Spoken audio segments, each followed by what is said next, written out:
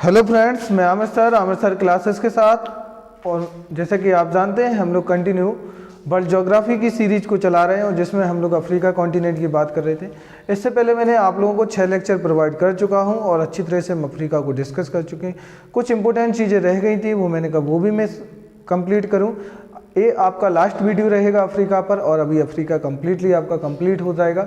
आज हम जो लेने जा रहे हैं बहुत ही इंपॉर्टेंट चीज़ है, तो देखते हैं, डिस्कस करते हैं, जिसमें हम बात करने जा रहे हैं। और जो मैंने जो कंट्री लिखे हैं, ये कंट्री आपके सबसे पहले मैं यहाँ से आपसे बात करने जा रहा हूँ। मैं बात कर रहा हूँ यहाँ पे आपको सहारा रेगिस्तान की। अभी तक सुने होंगे आप कि विश्व का सबसे बड़ा रेगिस्तान कहाँ पे है, तो विश्व का सबसे बड़ा रेगिस्तान सहारा है। यही है कि विश्व का सबसे बड़ा रेगिस्तान मरुस्थल, बड़ा मरुस्थल या डिजर्ट या रेगिस्तान, कोई भी कुछ भी कहो। सहारा रेगिस्तान विश्व में सबसे बड़ा है। अगर मैं बात करूं इसको किसके हॉट डिजर्ट के हिसाब से, तो हॉट डिजर्ट के हिसाब से सबसे बड़ा है। अगर मैं डिजर्ट के हिसाब से बात करूं कि खाली जगह, जैसे खाली जगह होती उसमें हॉट और मतलब कि उससे कोल्ड से मतलब नहीं है, किसी भी प्रकार का मतलब खाली जगह, खाली मैदान किस जगह पड़ा है, तो आपका अंटार्कटिका आएगा। अंटार्कटिका के बाद दूसरे नंबर पे आर्कटिक आएगा। और वैसे अगर हिसाब से देखा जाएगा तो फिर आपके तीसरे नंबर पे आपका सहारा डिजर्ट आएगा। अगर मैं बात करूं कि गर्म मरुस्थलों में मतलब गर्म स्थान के हिसाब से कौन सा सबसे बड़ा है, तो आपका आंसर होगा मतलब कि सहारा डिजर्ट। तो याद रखना, अगर मैं बात करूं कि विश्व में सबसे बड़ा मतलब कि मैदान या विश्व में सबसे बड़ा मरुस्थल, अब वो ये नहीं कह रहा कि गर्म मरुस्थल का होता है खाली भूमि या खाली जमीन, तो फिर आप क्या लिखोगे, पहली पोजीशन पे आप क्या लिखोगे, अंटार्कटिका। क्या लिखोगे, अंटार्कटिका। तो इसने ये बात नहीं की है कि गर्म या ठंडा। दूसरे पे आएगा आपका आर्कटिक, और तीसरे पे आएगा आपका सहारा मरुस्थल।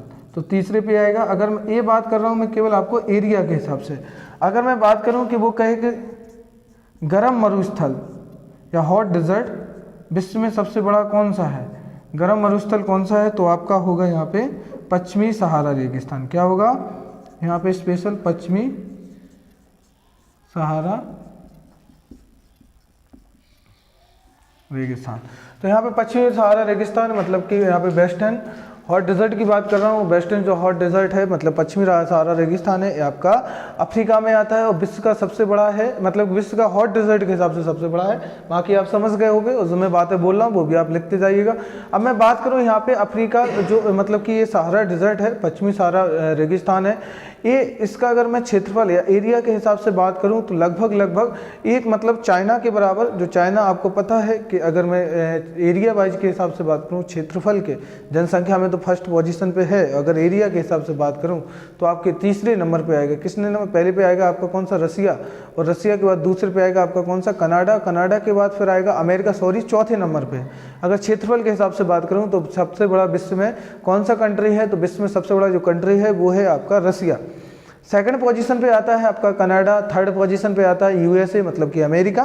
पहले अमेरिका नहीं था, मैं बता दूं, जब से इसने अलास्का का और ये वाला पार्ट कौन सा, ये मतलब ये हवाई द्वीप, हवाई आइलैंड, क्योंकि अब अमेरिका में पहले जो यूएसए है उसमें पहले 48 कंट्री हुआ करते थे, अभी प्रेजेंट में इसमें अमेरिका में 50 कंट्री है। और जिसमें इसने क्या किया है अभी, मतलब अलास्का वाला पार्ट रसिया से खरीद लिया है और हवाई वाला भी हिस्सा खरीद लिया है, जिससे अभी प्रेजेंट में 49वां हिस्सा आपका जो बना है वो आपका बना है मतलब अलास्का, और 50वां स्टेट जो राज्य बना वो हवाई।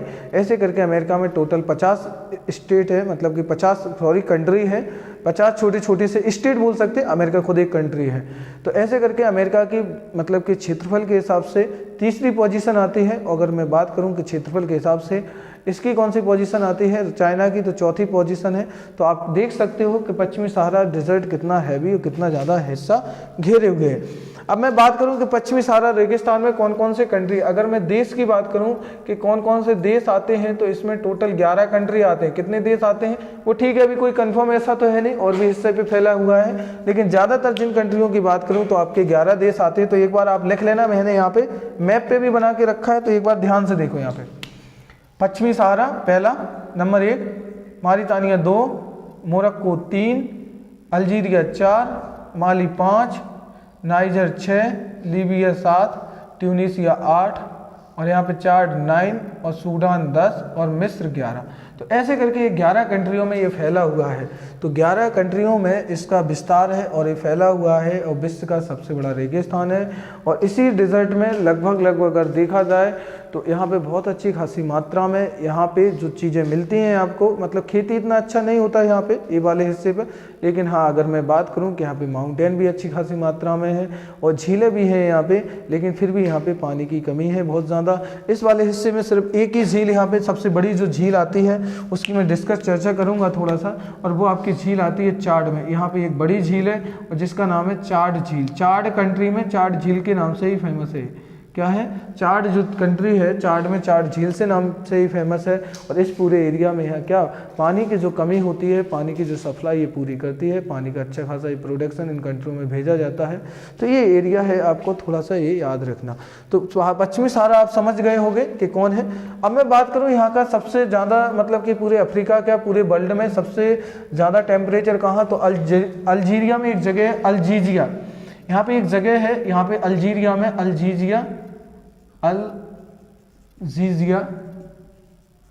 अल्जीजिया में जो टेम्परेचर यहाँ पे मतलब कि किया गया था दर्ज, वो 59 डिग्री सेल्सियस।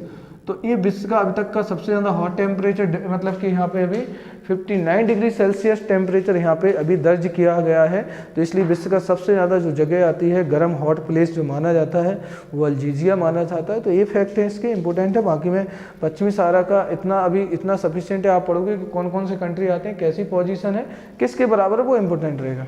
अगली मैं बात करता हूँ यहाँ पे इंपॉर्टेंट क्षेत्र है, देखो यहाँ पे इसके जो नीचे वाला जो हिस्सा आप देख रहे हो, इसके जो नीचे वाला मिलेगा ये वाला, इसका देखो ये इन कंट्रियों का दक्षिण वाला हिस्सा ले लो ऐसे करके, ये वाला ऐसे। तो इस हिस्से को बोलते हैं साहिल क्षेत्र। क्या बोलते हैं? ये वाला हिस्सा कहलाता है आपका मतलब सहारा डिजर्ट, और ये वाला हिस्सा आपका कहलाता है साहिल क्षेत्र। बात आती है साहिल क्षेत्र क्या है, तो थोड़ा ध्यान से देखना।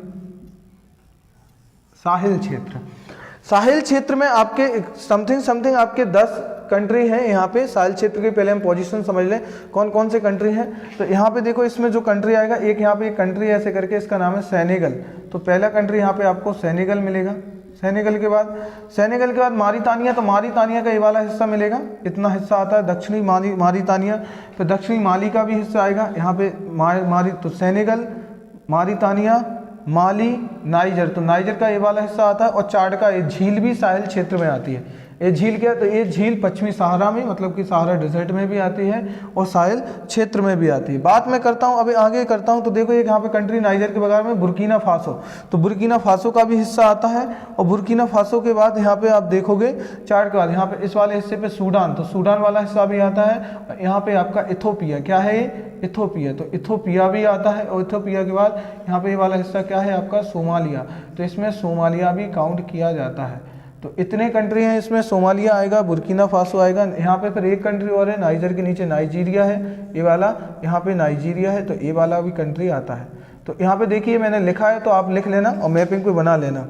अब बात आती है साहिल क्षेत्र है क्या। मैं बता दूं, साहिल एक ग्रुप है जो मतलब कि अफ्रीका कंट्रियों के साथ में एक एग्रीमेंट साइन किया गया था, क्योंकि यहाँ पे बहुत सारी पानी की कमी है। वाटर यहाँ पे अच्छी खासी मात्रा में नहीं हो पाता है, क्योंकि ज़्यादातर हिस्से पे डिजर्ट है और यहाँ पे बीच में कोई ऐसा माउंटेन नहीं मिलता। माउंटेन मिलेगा तो मैं बता चुका हूँ, यहाँ पे एटलस पर्वत मिलता है। तो वो जो कि अफ्रीका के पश्चिमी सहारा के उत्तर में स्थित है, नॉर्थ पार्ट में स्थित है, जो मतलब कि सिचुएटेड है, जो आपके मतलब भूमध्य सागर से लगा हुआ है और इस तरफ अटलांटिक महासागर है। अब प्रॉब्लम ये होती है, जब भी हवाएं यहाँ चलती हैं, जो पानी यहाँ बरसाना चाहिए था यहाँ पे, या बारिश करनी चाहिए, यहाँ पे बारिश नहीं करवा पाती हैं। और कंटिन्यू ये हवाएं मतलब कि चलती रहती हैं। और जिस हिस्से पे मतलब पर्वत टकराए तो करेगी, कुछ हल्की फुल्की बारिश कराती जाती हैं, अन्यथा यहाँ पे कोई ऐसी बारिश नहीं कराती। ज़्यादातर यहाँ पे हवाएं जो चलती हैं वो धूल भरी, क्योंकि धूल ही है यहाँ पे ज़्यादातर, या रेतीली हवाएं चलती हैं और ज़्यादातर गर्म हवाएं यहाँ पे चलती हैं, जिस वजह से एरिया खाली रहता है। यहाँ पे सबसे ज़्यादा मैं बात करूँ, कभी मैंने बात भी की थी उस झील की जिसका नाम है चाड। तो चाड झील में पानी सारा साल रहता है, यहाँ पे पानी रहता है अच्छा खासा, जिसके साथ यहाँ पे इन सारे कंट्रियों ने जो ये साहिल क्षेत्र, ये नाम दिया गया एरिया को साहिल क्षेत्र का, इन कंट्रियों ने एग्रीमेंट साइन किया। और ऐसे करके हर एक क्षेत्र में क्या बिछाई गई है, यहाँ पे साहिल क्षेत्र में क्या पाइपलाइन बिछाई गई है, क्या पाइपलाइन। पाइपलाइन किस लिए? पानी के लिए। पाइपलाइन बिछाई गई है, पानी को शेयर करेंगे, क्या करेंगे? वाटर को शेयर करेंगे, पानी को, जो पानी है साझा करेंगे, पानी को साझा करेंगे। और एक मतलब एग्रीमेंट है कि सभी को बराबर पानी दिया जाएगा, किससे? चाड झील से। तो ये जो साहिल का क्षेत्र है चाड झील से ये एग्रीमेंट है। बाकी आप एक बार साहिल क्षेत्र का एग्रीमेंट इंटरनेट पे जाके देख भी सकते हो, आपको गूगल मारना या विकिपीडिया वगैरह पे मिल जाएगा पढ़ने को अच्छा खासा। तो एक बार थोड़ा स्टडी कर लेना, हमारी कौन कौन से कंट्री आप ये याद रखिए। तो ये आपने मेरे साथ देखा अभी, सहारा रेगिस्तान देखा, साहिल का क्षेत्र। तो ऊपरी वाले हिस्से पे सहारा रेगिस्तान है वाले हिस्से पे, और इस वाले हिस्से को साहिल का क्षेत्र कहते हैं। तो ये भी चीज़ यहाँ पे याद रखना। और यहाँ पे एक झील आती है और क्वेश्चन बनता भी है कि कौन सी झील आती है इस क्षेत्र में जो पूरे इस क्षेत्र में पानी की कमी को दूर करती है, तो वो आपकी है चाड झील।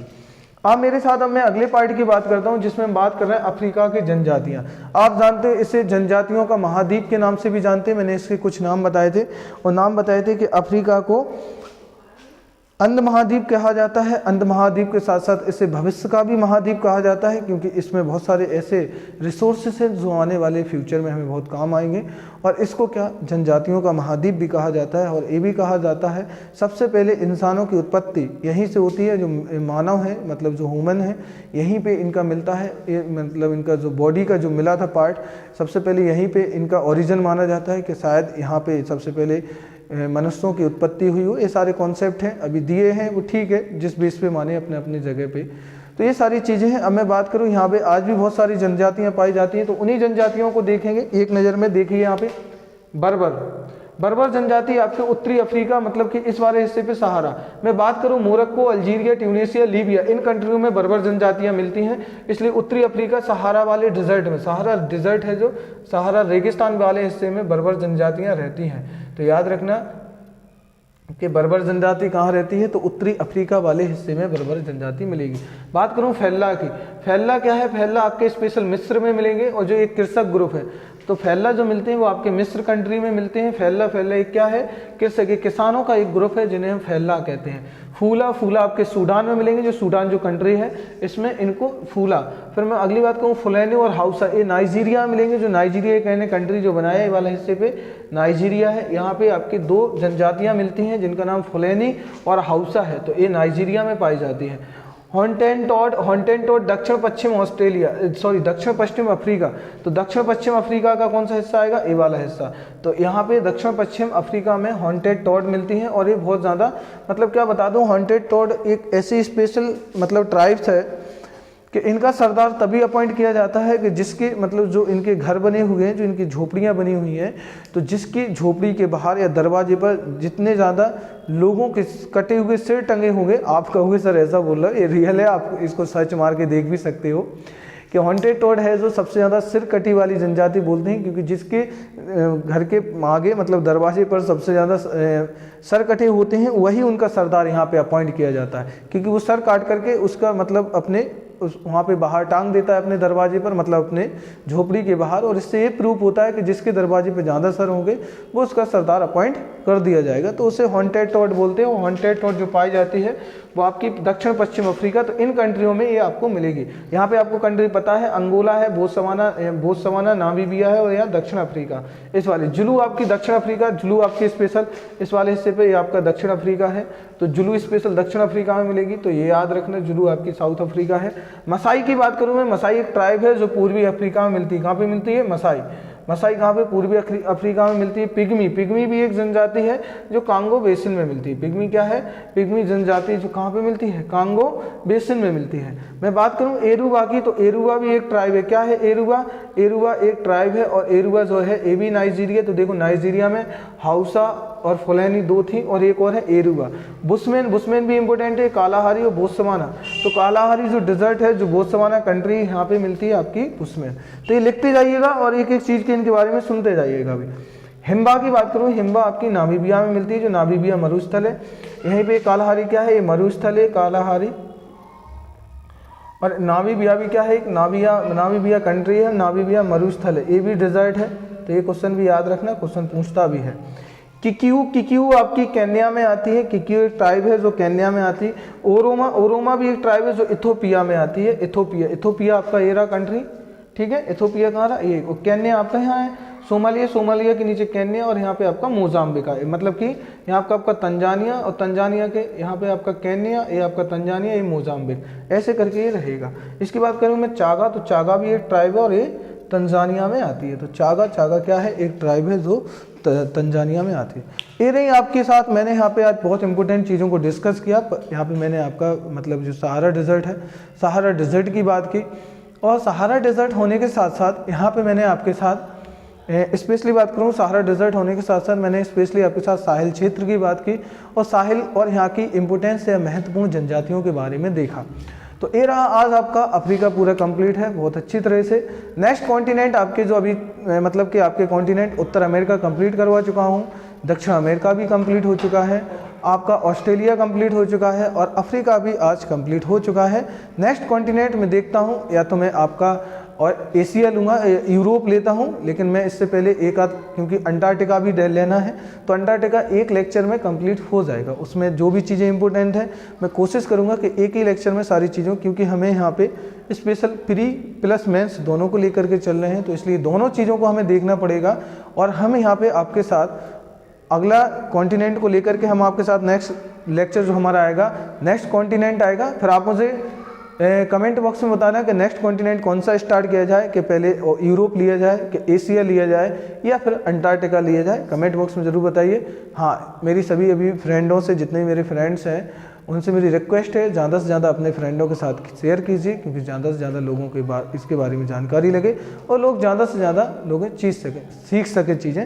मैं ये ज़रूर कहूँगा कि आप मुझे कमेंट बॉक्स में ये ज़रूर बताइएगा नेक्स्ट कॉन्टिनेंट में कौन सा स्टार्ट करूँ।